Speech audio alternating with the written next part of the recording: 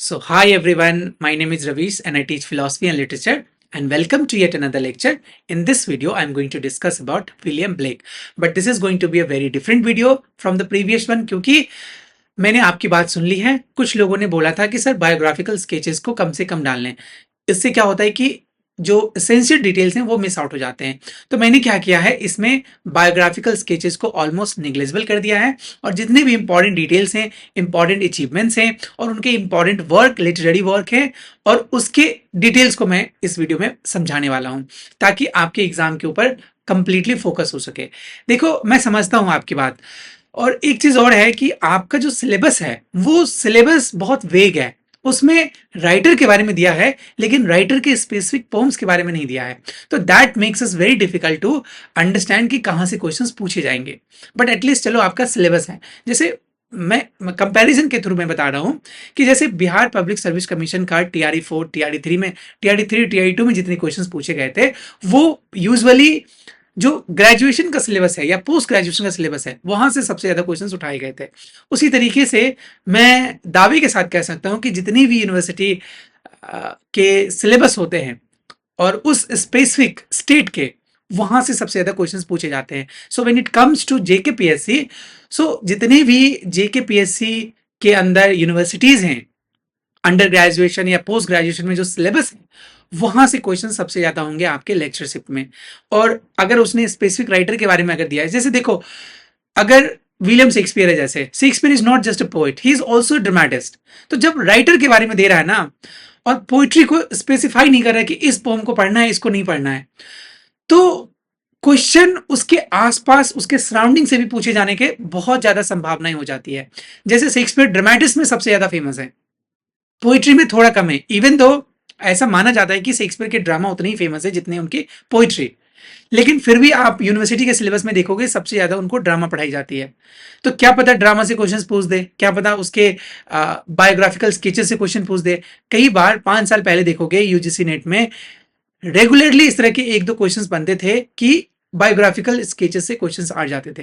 अब तो UGC net तो बेकार ही हो गया है, क्रोनोलॉजिकल क्वेश्चन ही भर भर के पूछ रहा है। तो उसमें तो सिर्फ रट्टा मारे रट्टा मारे रट्टा मारे, अब तो कोई अस्तर ही नहीं रह गया यूजीसी नेट का।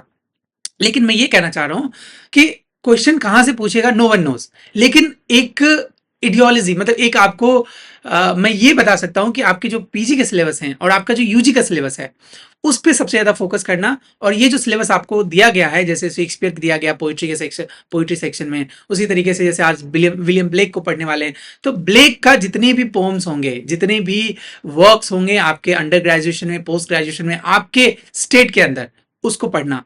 क्लियर है? उसको थरली पढ़ना, लाइन बाय लाइन पढ़ना, है ना। और मैं तो इस वीडियो में बताऊंगा इनके सबसे ज्यादा इंपॉर्टेंट वर्क्स कौन कौन से हैं और किस वर्क में क्या है और कहां से आपको क्या पढ़नी है। ठीक है, चलिए बिना समय वेस्ट किए हुए लेट्स बिगिन। अच्छा, before I come to the lecture, if you haven't subscribe to my channel, please do subscribe so that I can be motivated and bring more such content for you.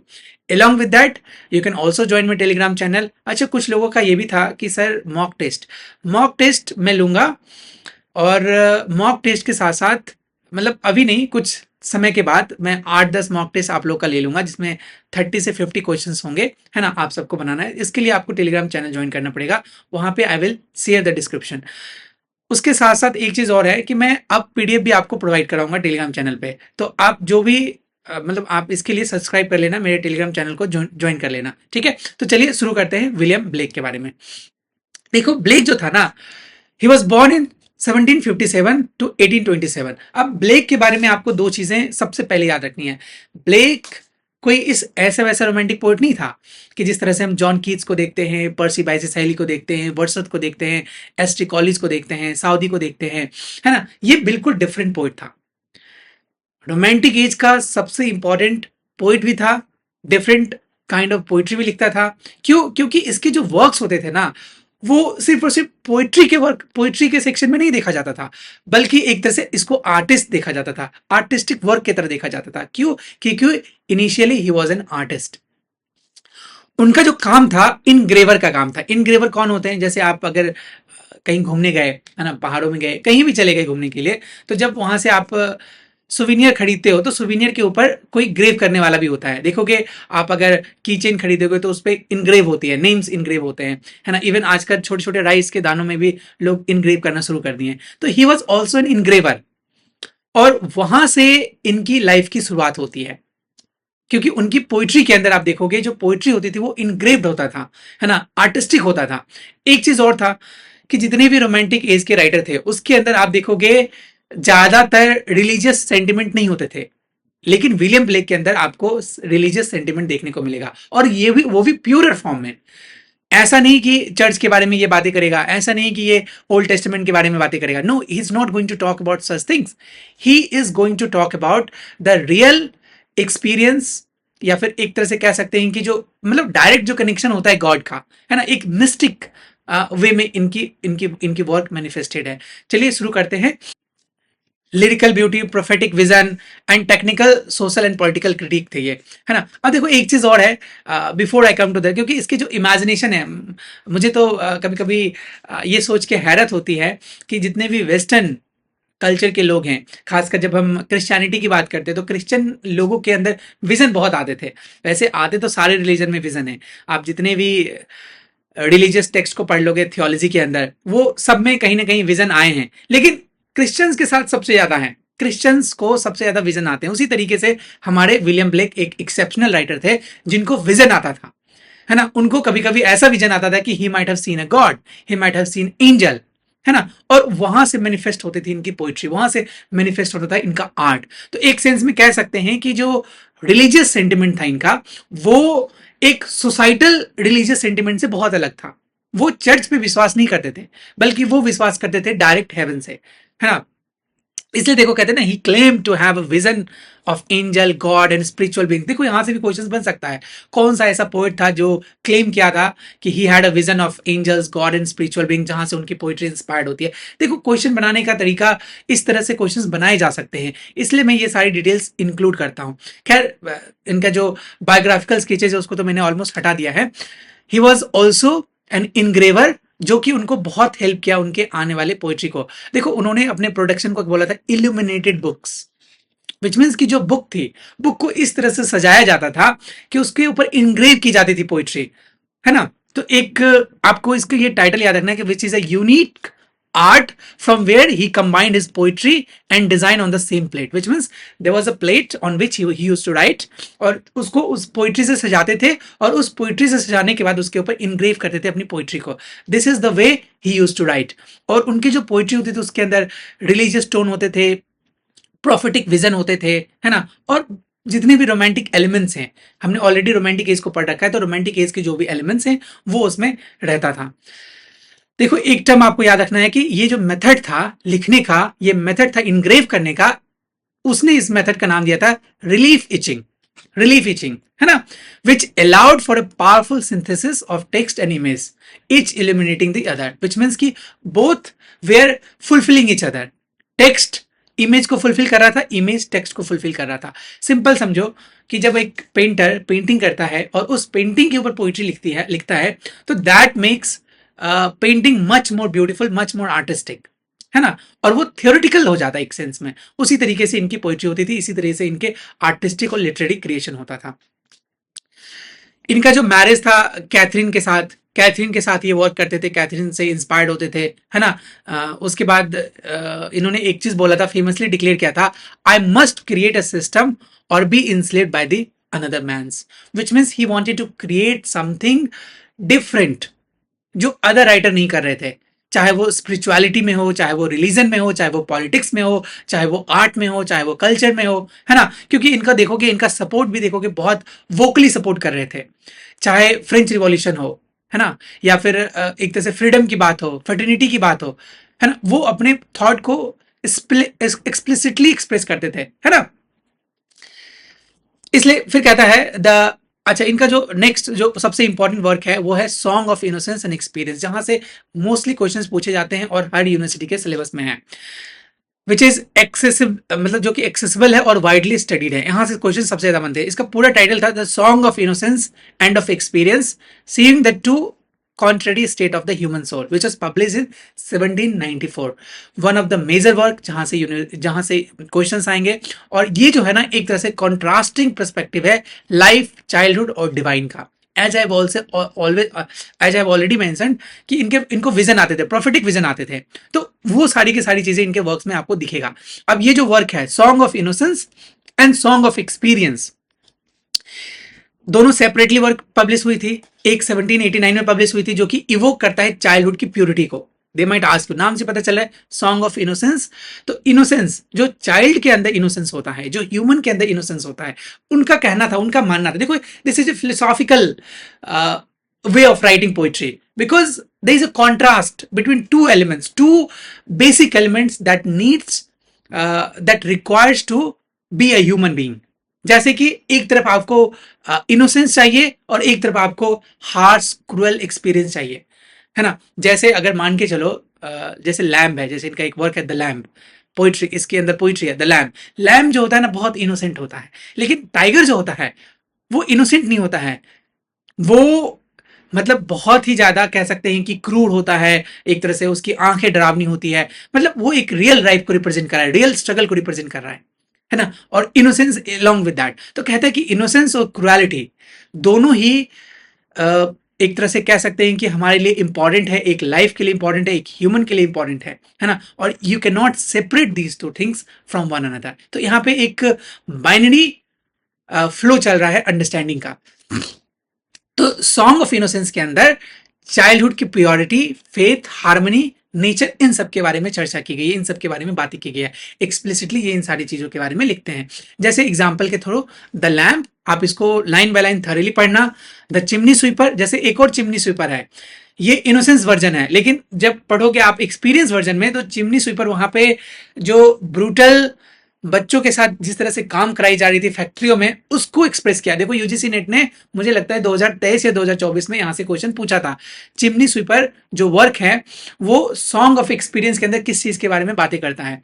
तो देखो song of innocence के अंदर chimney sweeper जो एक innocent version है, लेकिन इसका जो रियल वर्जन है, जो ऑथेंटिक वर्जन है ना, जो एक्सप्लिसिट वर्जन है, जिसके अंदर किस तरह से जो फैक्ट्री वर्कर हैं, है ना, जो बच्चे से काम कराई जाती है, चिमनी को स्वीप कराई जाती है, इस तरह की बातें वो चर्चा करता है ना। एक और है द लंदन करके एक पोम है, which is characterize by simple language, lilting rhythms and sense of divine protection. एक तरह से डिवाइन प्रोटेक्शन है। जैसे लैम्प जो है वो इम्बॉडी करता है, देखो क्वेश्चन पूछ सकता है लैम्प जो है वो क्या इम्बॉडी करता है। Lamb embodies unquestioning faith, seeing the creator as a gentle and benevolent figure. तो यहाँ पे जो क्रिएटर है, क्रिएशन है, वो एक जेंटल है, बेनेवलेंट है, वो सबसे प्यार करता है, बहुत ही ज्यादा इनोसेंट है ना। तो एक तरह से इनोसेंस, प्योरिटी, इन सारी चीजों के बारे में बात करता है अपने सॉन्ग ऑफ इनोसेंस के अंदर। लेकिन उसी के कॉन्ट्रास्ट में एक और वर्क उन्होंने पब्लिश किया था जिसका नाम था song of experience.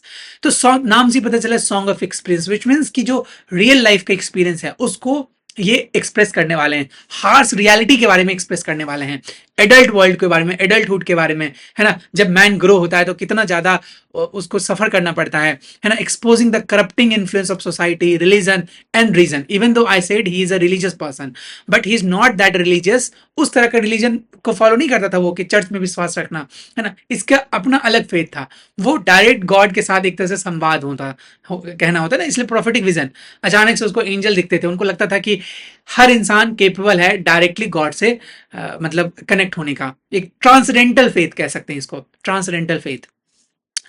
The companion poem है, दोनों के दोनों कंपेनियन पोम है, darker, more cynical and perspective. तो यहाँ पे जो जेंटल लैम्प जो है वो जक्सटापोज किया गया है यहाँ पे टाइगर से।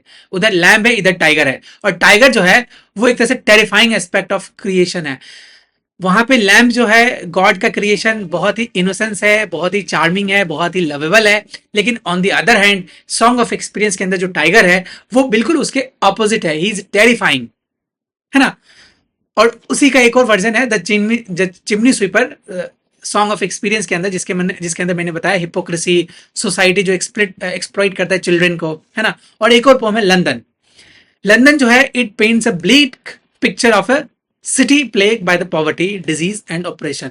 जो लंदन है, लंदन का जो सिचुएशन था इंडस्ट्रियल रिवॉल्यूशन की वजह से, जैसे मैंने हमेशा कहा इंडस्ट्रियल रिवॉल्यूशन से स्किप करना चाहते थे रोमांटिक्स, और ये राइटर थे, इन्होंने कंप्लीटली उस चीज को देखा था कि किस तरह से बच्चों से काम कराया जा रहा है, किस तरह से पॉवर्टी है ना, किस तरह से क्लास डिफरेंसेस हैं, किस तरह से डिजीज में लोग मर रहे हैं क्योंकि उनके पास पैसे नहीं है ना, क्योंकि फैक्ट्री में वर्क कर करके वो बीमार होते जा रहे हैं, और जो ऑपरेशन है उन सब के बारे में इन्होंने एक्सप्रेस किया है अपने वर्क लंदन में।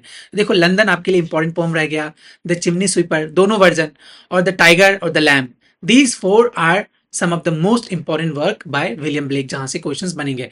इसलिए मैं हमेशा कहता हूं, देखो इनका एक फेमस लाइन है, माइंड फोर्स्ड मैनिकल्स।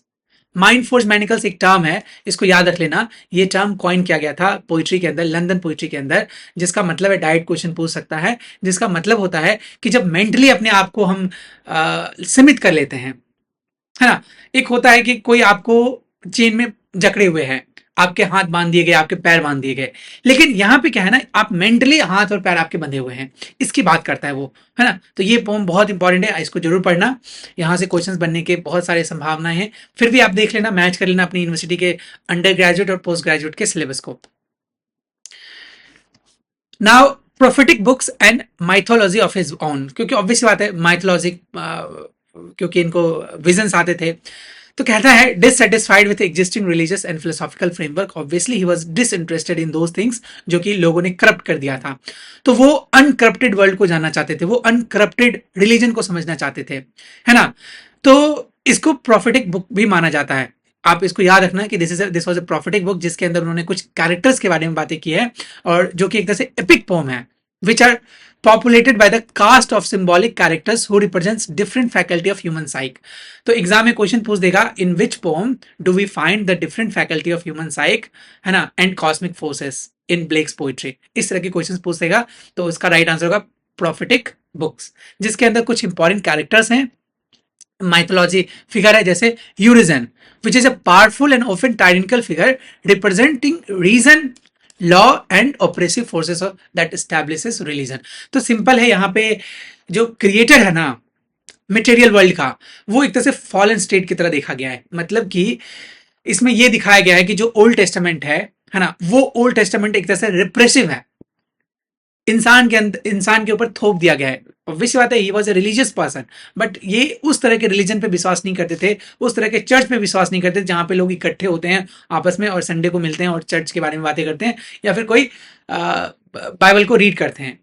नहीं, इन्होंने कहा कि ये सारे के सारे करप्ट लोग हैं, है ना, और इन्होंने एक तरह से anti establishment of Christian faith, वो जो क्रिश्चियन फेथ है उसकी एंटी एस्टैब्लिशमेंट करने की कोशिश की, ताकि इंसान जो है वो डायरेक्ट गॉड से खुद कनेक्ट कर लेगा, है ना। उनको लगता था कि लोगों का जो सोल है वो इतना प्योर है, if they want to if they want to connect themselves with the God, जिसको मैंने बोला ट्रांसडेंटल रिलीजियस फेथ या ट्रांसडेंटल फेथ, जो कि आपका कनेक्शन इसके थ्रू नहीं हो रहा, बल्कि मतलब ये जो हमारी सोसाइटी है, जो ऑपरेसिव सोसाइटी है, ऑपरेसिव समाज है, क्योंकि कहता है कि रिलीजन जो है ना ऑपरेस करता है, बट वो उस ऑन दी अदर हैंड उसने क्राइस्ट को बहुत ज्यादा पसंद भी किया, क्योंकि जो क्राइस्ट है वो इस ऑपरेशन को खत्म करने के लिए आया था अकॉर्डिंग टू हिम।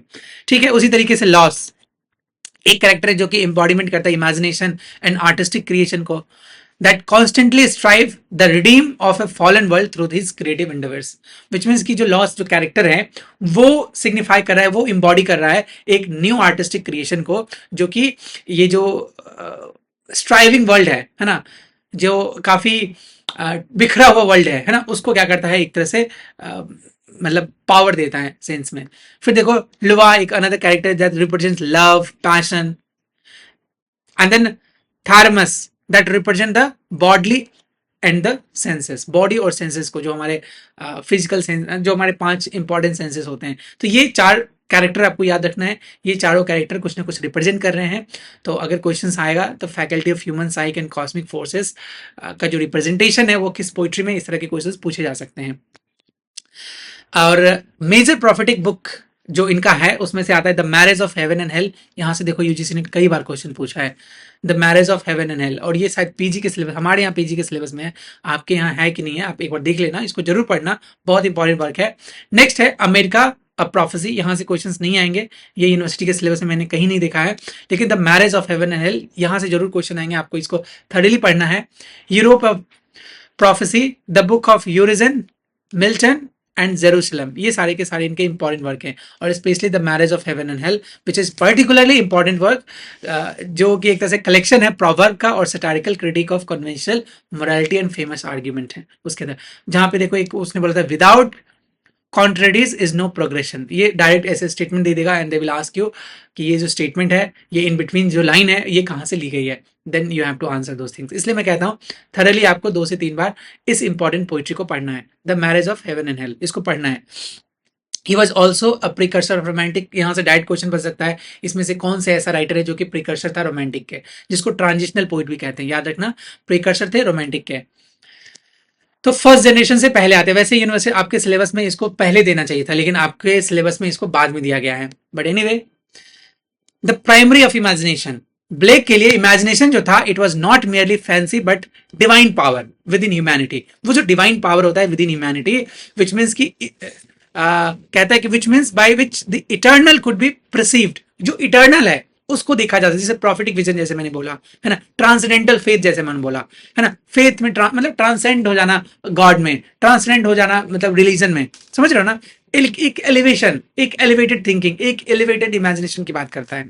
वो प्राइमरी इमेजिनेशन इनके लिए यही था। जैसे एसटी कॉलेज के लिए प्राइमरी इमेजिनेशन एक ऐसा इमेजिनेशन था जिसके अंदर जो सिर्फ और सिर्फ वैसे लोगों को आ सकता है जो कि इंटेलेक्चुअली रिच होते हैं, पोइटिक होते हैं, है ना, जो चीजों को क्रिएट करते हैं, है ना, चीजों को रिकलेक्ट करके क्रिएट करते हैं। लेकिन यहाँ पे जो प्राइमरी इमेजिनेशन है वो ट्रांसडेंटल फेथ है।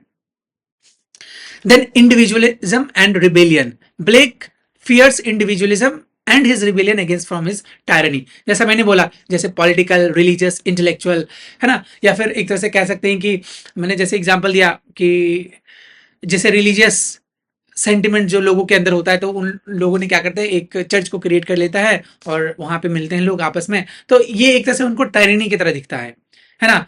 ये इनको एक तरह से कह सकते हैं कि एक इंडिविजुअल के ग्रोथ को सिमिट कर मतलब लिमिट करता है। तो इसके अगेंस्ट भी उनकी पोइट्री है, एक तरह से रिबेलियस नेचर है इनका, but of course he is not rebellious against religion, but he is rebellious against corrupted politician, corrupted political religious sentiments, है ना। And then critique of industrialization, जो इनके वर्क में आपको दिखेगा, जैसे डार्क सैतानिक मील्स, है ना, या फिर प्रेफेस टू मिल्टन, जिसमें includes the famous lyric and did those feet in ancient time later see the muse of him Jerusalem. ऐसे बहुत सारे इंपॉर्टेंट कोटेशंस हैं, बट आपको याद रखने की बस इतनी जरूरत है कि industrialization, of course since he was a romantic poet, since he is also considered to be a romantic poet, क्योंकि प्रिकर्सर ऑफ रोमांटिक पोइट्स थे ये, तो इनका भी जो वर्क है वो इंडस्ट्रियलाइजेशन का क्रिटिक है। जैसे मैंने बताया लंदन, जब आप लंदन पोम पढ़ोगे तो उसके अंदर देखोगे किस तरह से, या फिर चिमनी स्वीपर्स को देखोगे, जिस तरह से बच्चे से चिमनी स्वीप करवाई जाती है ना, तो किस तरह से बच्चे से काम करवाया जाता है। तो इंडस्ट्री की वजह से जो भी चीजें हैं उसका क्रिटिक है इनके वर्क के अंदर। Then emphasis on emotion and vision, vision के ऊपर, इमोशंस के ऊपर एम्फेसिस है इनका। Now he had a radical religious and political views. जैसा मैंने बोला, रिलीजन जो कि डीपली स्पिरिचुअल मैन था but rejected the organised religious system. जैसे चर्च को उसने इग्नोर कर दिया, है ना, उसके लिए चर्च जो था वो ऑपरेशन था, है ना, लोग को ऑपरेस किया गया था। जैसे ओल्ड टेस्टामेंट को एज ए ऑपरेशन समझते थे, लेकिन क्राइस्ट को बहुत ज्यादा रिवॉल्यूशनरी समझते थे, है ना। इसलिए कहता है कि Blake's christianity was personal and revolutionary, emphasising a direct relationship with God, है ना, गॉड से डायरेक्ट रिलेशनशिप होना, ट्रांसडेंटल फेथ जिसके बारे में मैं बात कर रहा हूँ, है ना, जो कि ह्यूमन इमेजिनेशन के थ्रू होता था। जब आप इमेजिन करोगे, जब आप बैठे रहोगे, है ना, एक तरह से प्रॉफिटिक व्यू आएगा आपके अंदर। फिर पॉलिटिक्स में Blake was a staunch supporter of the American and French revolution, as I have already mentioned. बहुत ज्यादा इन्फ्लुएंस थे वहां से, है ना, अपने अर्ली स्टेज के लाइफ में। इसलिए इन्होंने लिबरेशन को या अगेंस्ट मोनार्की, टायरनी, लिबरेशन को ज्यादा उन्होंने सपोर्ट किया, है ना। जैसे लिबरेशन मोमेंट फ्रांस में हुआ था, अमेरिका में हुआ था कि अमेरिका को आजाद करो, इसलिए देखो 1776 में अमेरिका आजाद हो गया था। तो ये भी उसी एज के, ऑलमोस्ट उसी टाइम के राइटर हैं। तो ऑब्वियस बात है, ही had a full support for the independence of America, for the independence of France. ऐसे फ्रांस तो इंडिपेंडेंस पहले हो गया था, लेकिन ये फ्रेंच रिवॉल्यूशन था। फिर ब्रिटिश मोनार्की अगेंस्ट वो क्रिटिकल, बहुत क्रिटिकल थे। Poverty, child labour and slavery, इन सब के ऊपर बहुत क्रिटिकल थे। तो ओवरऑल दिस वाज द, अच्छा, कुछ मेजर वर्क्स हैं इनके जो कि आपको डायरेक्टली याद रखना है और उसके की पॉइंट्स। जैसे song of innocence and song of experience, the marriage of heaven and hell and the book of Urizen, Milton and Jerusalem. These are some of the major important work, जहां से आपको ऊपर के जो चार है ना, song of innocence, song of experience, marriage of heaven and hell and the book of Urizen, ये सारे के सारे वर्क्स ऑलमोस्ट हर यूनिवर्सिटी के सिलेबस में है। आपको थरली पढ़ना है, लाइन बाय लाइन पढ़ना है, ताकि इन बिटवीन द लाइन्स के क्वेश्चन आपसे बन सके। एंड देन की कॉन्सेप्ट में इल्यूमिनेटेड प्रिंटिंग है, कॉन्ट्रेडी स्टेट है जिसको इनोसेंस एंड एक्सपीरियंस बोला गया, द फोर जोस है, यूरिजन, लॉस। देखो जोआस, द फोर जोआस वही है कि ह्यूमन स्पिरिट को बता रहा है, यूरिजन, लॉस, लुवा एंड थार्मास, जिसको मैंने ऑलरेडी एक्सप्लेन कर दिया। तो ये चारों पूछ सकते एग्जाम में, इसमें से कौन है कौन नहीं है, इस तरह के। Imagination as a divine vision इनके अनुसार। फिर फेमस पोम्स में द लैम्प आता है, द टाइगर आता है, द चिमनी स्वीपर आता है, बोथ वर्जन, इनोसेंस में और एक्सपीरियंस में जो भी है। लंदन आता है, द पॉइजन ट्री आता है, द सिक रोज आता है। ये सारे इंपॉर्टेंट पोम्स हैं जिसको आपको थरली पढ़ना ही पढ़ना है। रोमांटिक पीरियड में लिख रहे थे, है ना, प्री रोमांटिक कह सकते हैं कि प्रीकर्सर या फिर ट्रांजिशनल पोएट थे। की थीम्स इनका है nature of God, the critique of organised religion, organised religion जैसे चर्च, उसके ऊपर बहुत क्रिटिक करते थे। रीजन के ऊपर क्रिटिक करते थे, है ना, false reason. Social and political operation के ऊपर क्रिटिक करते थे। द पावर ऑफ इमेजिनेशन की बात करते थे कि आपका जो पावर ऑफ इमेजिनेशन है that elevates your thinking. Childhood and it's corruption के बारे में, डुअलिटी ऑफ ह्यूमन नेचर के बारे में, जो song of innocence and song of experience. देखो यहाँ से कंबाइन करके एग्जाम में क्वेश्चंस पूछे जाएंगे। अब इन्फ्लुएंसेस थे जैसे बाइबल, जॉन मिल्टन, इमानुएल स्वीडेनबॉर्ग। देखो इमानुएल स्वीडेनबॉर्ग जो थे ना, वो एक तरह से न्यू रिलीजन को फॉर्म करने की कोशिश कर रहे थे। बाद में इन्होंने उसके कल्ट को छोड़ दिया। The political and social turmoil of इस टाइम, उसके बारे में ये बातें करता है। जैसे मैंने बताया, अमेरिका और फ्रेंच रिवॉल्यूशन को उन्होंने सपोर्ट किया था, अमेरिका की आज़ादी में इन्होंने सपोर्ट किया था। सपोर्ट इन द सेंस कि ऑब्वियसली फिजिकल वॉर में जाके नहीं किया, बल्कि अपने वर्क के थ्रू, अपने वर्क के माध्यम से, अपने आर्टिस्टिक वर्क के माध्यम से। और इनकी जितनी भी पोइट्री होती थी वो इनग्रेव्ड होती थी, which means along with imagery, along with painting उनकी पोइट्री लिखी जाती थी। तो पोइट्री बीच में होता था, पेंटिंग चारों तरफ से सजाई जाती थी, विच मीन्स कि मैनिफेस्ट करता था, उनकी पेंटिंग पोइट्री को मैनिफेस्ट करता था, एंड वाइस वर्सा। ठीक है, तो this was all for today. I will see you in the next.